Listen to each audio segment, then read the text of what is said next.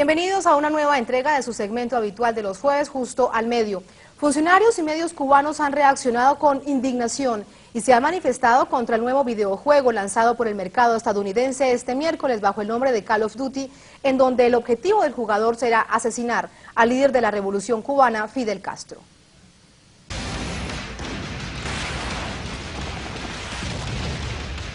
Un escenario de guerra se puede observar en este nuevo videojuego producido por la empresa estadounidense Activision.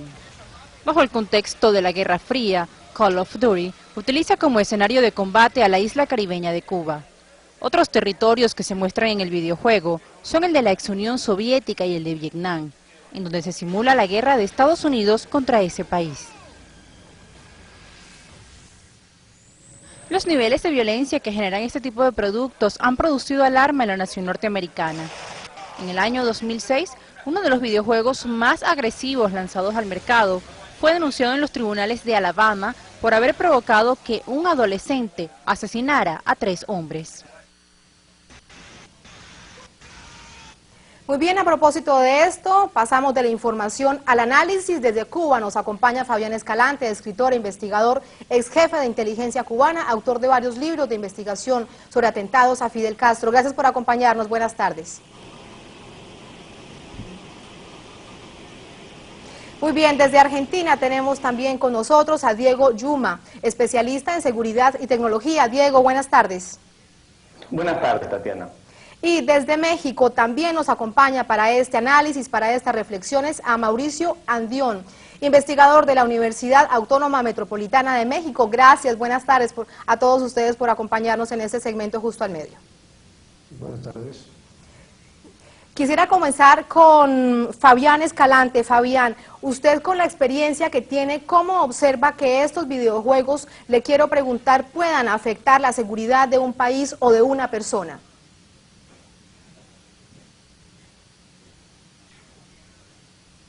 Fabián, la pregunta es para usted. Muy bien, parece que tenemos algún inconveniente con el audio con Fabián. Vamos a quedarnos con Argentina, que también es experto en estos temas. Diego Yuma, quiero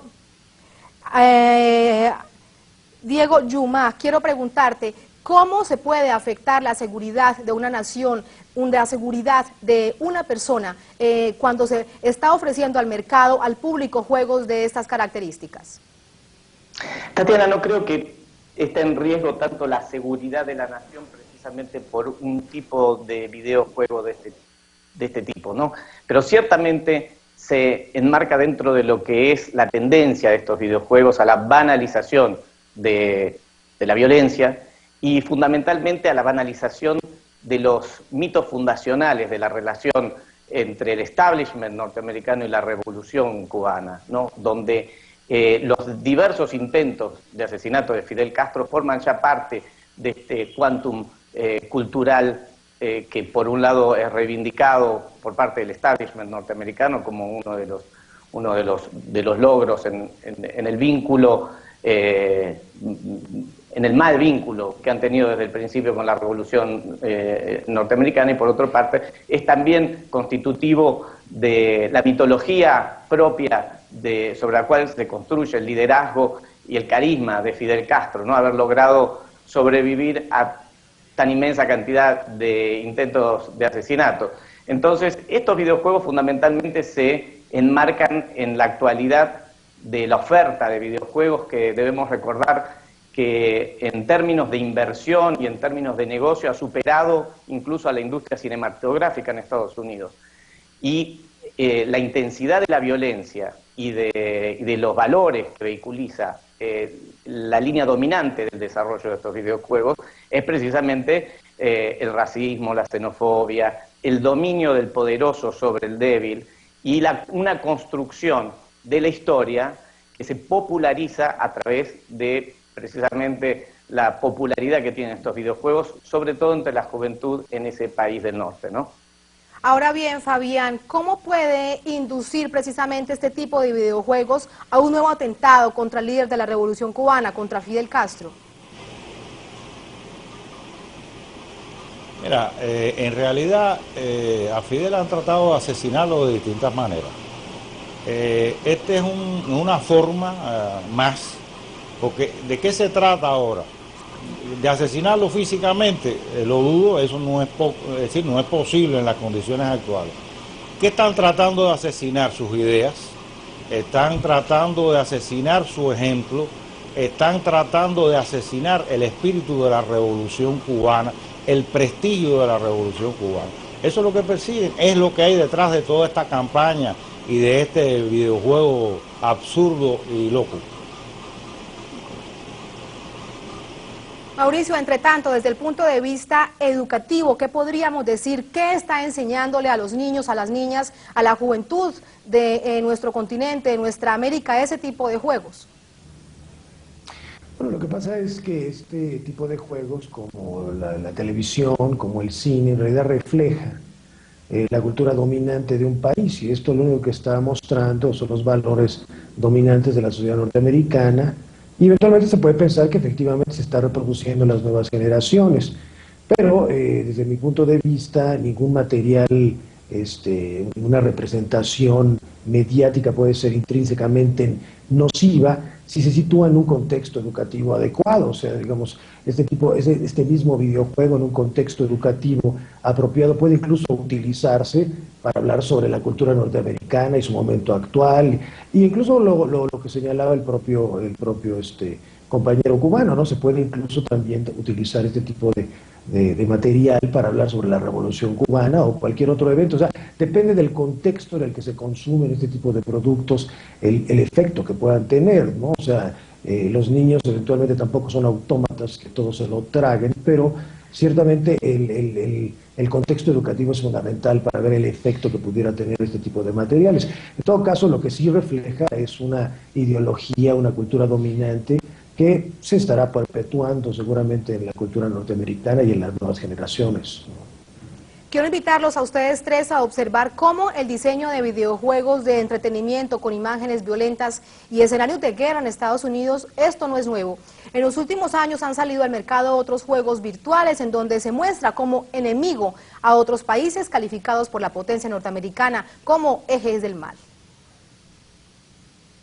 En el año 2005, otra saga de estos juegos llamada Mercenarios, el arte de la destrucción, desarrollaba los combates virtuales entre tropas y enemigos en Corea del Norte. En el año 2008 salió al mercado internacional otro videojuego bajo el nombre Mercenarios 2, El Mundo en Llamas. Este tenía como objetivo acabar con la vida de un supuesto tirano que utilizaba las reservas petroleras de Venezuela para derrocar al gobierno y convertir al país en un campo de guerra. Las imágenes de este juego virtual mostraban zonas de la capital venezolana, Caracas. Fabián, a propósito de lo que acabamos de escuchar, quisiéramos preguntarte por tu experiencia. ¿No es esta la primera vez que se registran para el público ese tipo de juegos? Ya hay una historia al respecto. Fabián. No te escucho. Fabián, te repito la pregunta. Quisiera que nos hablaras un poco de la historia, del contexto de estos videojuegos. No es la primera vez que salen al mercado de este tipo. Ya veíamos un ejemplo, pero seguramente hay muchos otros que dan cuenta de la violencia, de la guerra que puede ser inducida a jóvenes y niños. Quisiera que nos contara sobre ello. Mira, de lo que se trata es de crear un ambiente, crear una campaña psicológica para explotar la idea del asesinato político. No solamente en el caso del comandante en jefe, de Fidel Castro, también del caso de Hugo Chávez, o como recientemente se trató de realizar en Ecuador al intentarse asesinar al presidente Rafael Correa. Es decir, es lo que se está tratando de realizar en las condiciones actuales. Se cayó. A propósito de ello, también quisiéramos consultarte desde el punto de vista educativo, Mauricio, ¿qué hacer los padres de familia, los adultos, quienes justamente en estos momentos pues están enfrentándose a ese tipo de juegos? Bueno, los padres de familia y los maestros pueden utilizar esto como un material educativo, precisamente como señalaba, ¿no? Tratar de identificar los valores que subyacen a este tipo de discurso audiovisual y analizarlos junto con los chicos, con los estudiantes, ¿no? De tal manera que se pueda entender el sentido, el significado que pueden tener este tipo de videojuegos, ¿no? O sea, la interpretación que puede tener un discurso de este tipo puede irse en múltiples sentidos, ¿no? Depende precisamente, como señalaba yo, del contexto pedagógico en el que se ubique, ¿no? Y puede ser apologético de un estilo de vida violento, como al mismo tiempo puede ser incluso hasta ser utilizado con fines pacifistas, ¿no? Realmente es el trabajo pedagógico de los maestros y de los padres el que tendría que contar en este caso. Y en esa medida, bueno, pues sí, los padres y los maestros tienen que estar atentos a lo que consumen en los medios los chicos, ¿no? La vigilancia sobre el tipo de contenidos que están consumiendo. O sea, tendría que formar parte del currículum de las escuelas, ¿no? ¿Qué estás viendo en la televisión? ¿Qué estás viendo en el internet? Y traerlo al salón de clase precisamente para analizar los temas y los valores que ahí se plantean, ¿no? O sea, realmente todo este tipo de material sirve para hablar de historia, para hablar de geografía, para hablar del contexto geopolítico del mundo, ¿no? Pueden llegar a ser educativos en múltiples sentidos. Eso podríamos pensarlo en términos ideales al lado de los docentes, al lado de los padres de familia, de los adultos, que induzcan precisamente a esas reflexiones positivas. Pero quiero preguntarte, Diego, desde Argentina, tú que eres experto en estos temas de seguridad, ¿puede esta nueva tecnología virtual inducir también a pensarse en la posibilidad de una guerra, incluso desde la misma seguridad nacional? Sin lugar a dudas, lo que vehiculizan este tipo de producción cultural, como en el pasado solamente lo hacía el cine, en estos momentos es este nuevo tipo de tecnologías las que logra vehiculizar valores que están anclados en estereotipos culturales. Los estereotipos culturales dominantes en Estados Unidos, en la cultura norteamericana, en torno a nosotros, los latinoamericanos, en este caso, en torno a Fidel Castro. Recuerden ustedes que durante toda la década del 60, incluso algunas producciones cinematográficas interesantes y hasta simpáticas como Bananas de Woody Allen, identificaban a la Revolución Cubana con los barbudos, ¿no? Y hay una gran producción cultural que reduce el fenómeno complejo e interesante y revolucionario de la Revolución Cubana a simplemente estereotipos. Esos estereotipos dominantes en la cultura norteamericana se expresan hoy fuertemente a través de estos juegos,